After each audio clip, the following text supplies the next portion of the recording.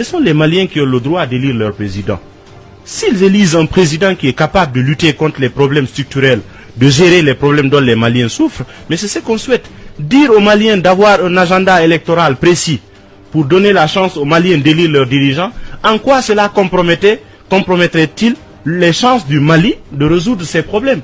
Moi, je suis un démocrate. Je suis partant pour de la visibilité. On ne peut pas me convaincre que des gens non élus peuvent faire ce que des gens qui ont été élus ne peuvent pas faire. À s'imaginer une question à Tombouctou ou à Gao. Lorsque vous avez un maire élu, il a plus de portée dans la localité de Gao que le président qui est assis à Bamako. Les mêmes officiers qui parlent, ils sont tous à Bamako, ils sont où sur le terrain? On peut ne pas être d'accord avec l'intervention de tel et tel et tel. Mais il ne faudrait pas qu'on trompe les gens avec les histoires des gros slogans. Lorsqu'on va dire restauration de la souveraineté, restauration de la fierté, ce sont des arguments qui ont été utilisés par tellement de personnes pour rester au pouvoir éternellement. Au bout, on n'a ni souveraineté ni fierté. La souveraineté, ce n'est pas remplacer la France par la Russie. La souveraineté, ce n'est pas imposer aux gens des agendas sous prétexte qu'ils sont sous influence. Quelque part, on dit à la CEDEAO qu'elle ne joue pas son rôle. C'est vrai, elle n'est plus crédible.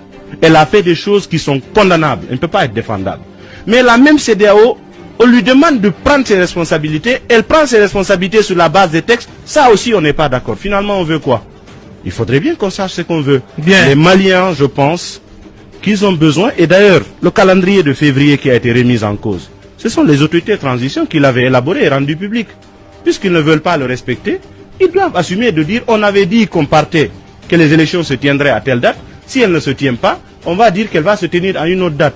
Mais ces histoires de concertation nationale et autres pour dire que c'est le peuple qui l'a voulu, ça ne trompe plus les Africains éclairés. Bien. Mais que malheureusement, les mauvais esprits s'excitent par le fait de la manipulation populiste.